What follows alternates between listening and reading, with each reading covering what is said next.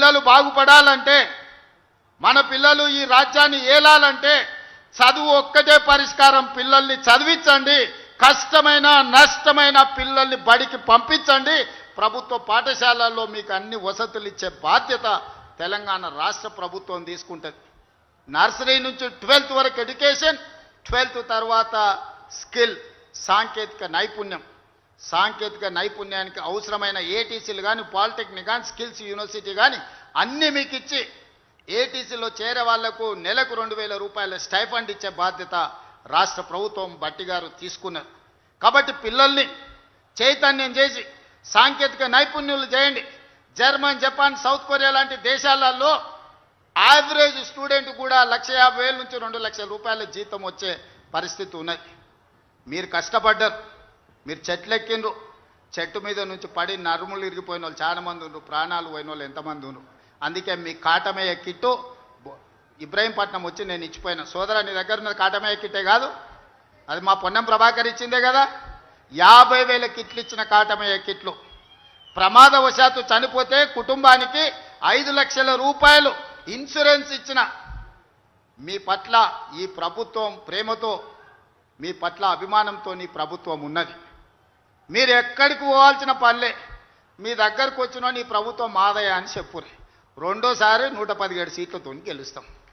మీరు ఏడికి పోకండి, మీ దగ్గరకు వచ్చిన కూసబెట్టి పోసినంత సేపానికి ఒకటే పురయ్యా, ఈ ప్రభుత్వం మనది,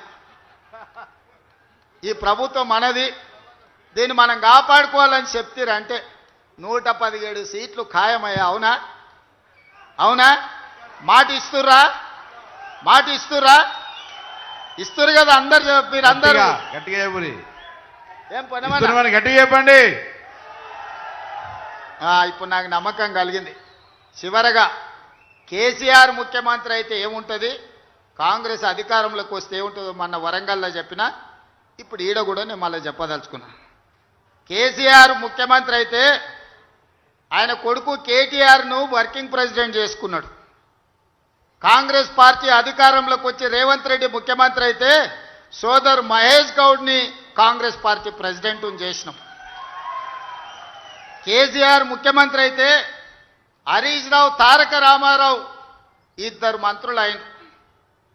రేవంత్ రెడ్డి ముఖ్యమంత్రి అయితే మా సీతక్క, కొండా సురేఖమ్మ మంత్రులైనరు, మా పొన్నం ప్రభాకర్, మా వాకిటి శ్రీహరి మంత్రులైనరు.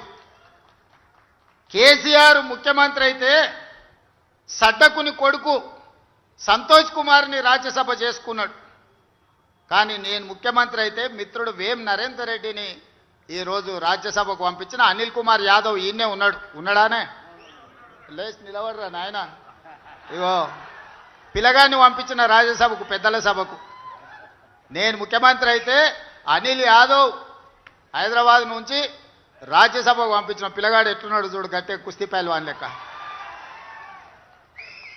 కేసీఆర్ ముఖ్యమంత్రి అయితే ఓడిపోయిన వినోద్ రావును ప్లానింగ్ కమిషన్ చైర్మన్గా చేసుకున్నాడు. కానీ నేను ముఖ్యమంత్రి అయితే కోదండరామ్ గారిని ప్రొఫెసర్, తెలంగాణ సాధించిన ప్రొఫెసర్ను ఎమ్మెల్సీగా నియమించిన. కేసీఆర్ ముఖ్యమంత్రి అయితే ఆయన బిడ్డను ఎంపీ చేసుకున్నాడు, ఓడిపోతే ఎమ్మెల్సీ చేసుకున్నాడు.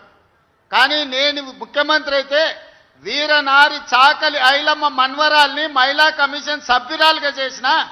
మొట్టమొదటి మళ్ళీ తెలంగాణ ఉద్యమంలో అమరుడైన శ్రీకాంతాచారి తల్లిని శంకరమ్మను పబ్లిక్ సర్వీస్ కమిషన్లో సభ్యురాలుగా నేను చేసిన. ఇవాళ ఆయనదేమో ఫ్యామిలీ జస్టిస్, నాదేమో సోషల్ జస్టిస్. సోదరులారా, అది దొరల న్యాయం, నాది సామాజిక న్యాయం. ఆయన ముఖ్యమంత్రి అయితే దయాకరావును మంత్రిని చేసుకున్నాడు. నేను ముఖ్యమంత్రి అయితే అడ్లూరు లక్ష్మణ్ వేదిక మీదనే ఉన్నట్టు మా సోదరిని ఈరోజు దళిత బిడ్డను ఇవాళ మనం మంత్రిగా చేసుకున్నాం. ఒక్కటే ఆలోచన చేయండి, ఇవాళ వాళ్ళు బాధపడుతురు, దుఃఖపడుతురు, శరజొచ్చి అడుక్కుంటురు, చెట్టుకు పుట్టకు కనిపించిన రాయికి రప్పకు మొక్కుతురు. కేసీఆర్ మళ్ళీ ముఖ్యమంత్రి కావాలి ఎట్లయినా అని. ఎందుకయ్యా అంటే 1000 ఎకరాలలో ఆయన ఫామ్ హౌస్ కట్టుకున్నాడు, 100 ఎకరాలలో కొడుకు కట్టుకున్నాడు, 50 ఎకరాల బిడ్డ కట్టుకున్నది, 25 ఎకరాల అల్లుడు కట్టుకున్నాడు. మరి వాళ్ళకి ఆయనే కావాలి కదనే ముఖ్యమంత్రి. మరి నేనైతే 7 లక్షల ఇందిరమ్మ ఇండ్లు ఈరోజు తెలంగాణ రాష్ట్రం నలుమూలల మా పొంగులేటి శ్రీనివాసరెడ్డిని పెట్టి ఇవాళ గ్రామంలో ఇందిరమ్మ ఇండ్లు కట్టిస్తలే మా సోదరులారా, మీరు చెప్పుండ్రి. ప్రతి గ్రామంలో ఇవాళ ఇందిరమ్మ ఇండ్లు ఎక్కడి నుంచి వచ్చినాయి? మనమైనందుకు, మన ప్రభుత్వం వచ్చినందుకు వచ్చింది. 10 ఏళ్ళు అధికారంలో ఉన్న చంద్రశేఖరరావు అనుకుంటే సంవత్సరానికి 2 లక్షలు కట్టినా 20 లక్షల ఇండ్లు పేదోళ్ళకు వచ్చేటి. ఒక్క గౌడ సోదరుడు కూడా ఇల్లు లేకుండా ఈరోజు తెలంగాణ మొత్తం ఇండ్లు ఉండి ఆత్మగౌరవంతో బతికేటోళ్ళు. వాళ్ళకి ఏ రోజు కూడా పేదోడి ఇంటి మీద ధ్యాస లేదు, పేదోడి బతుకును బాగు చేయాలన్న ఆలోచన లేదు. ఆయన ఉండడానికి 10 ఎకరాలలో అక్కడ గడి కట్టుకున్నాడు, కొడుకు ఇంటికి వస్తలేడని వాస్తు బాగాలేదని గిది కట్టిండు. కానీ బుద్ధి చక్కగా లేకపోతే దశ దిశ అంటారు.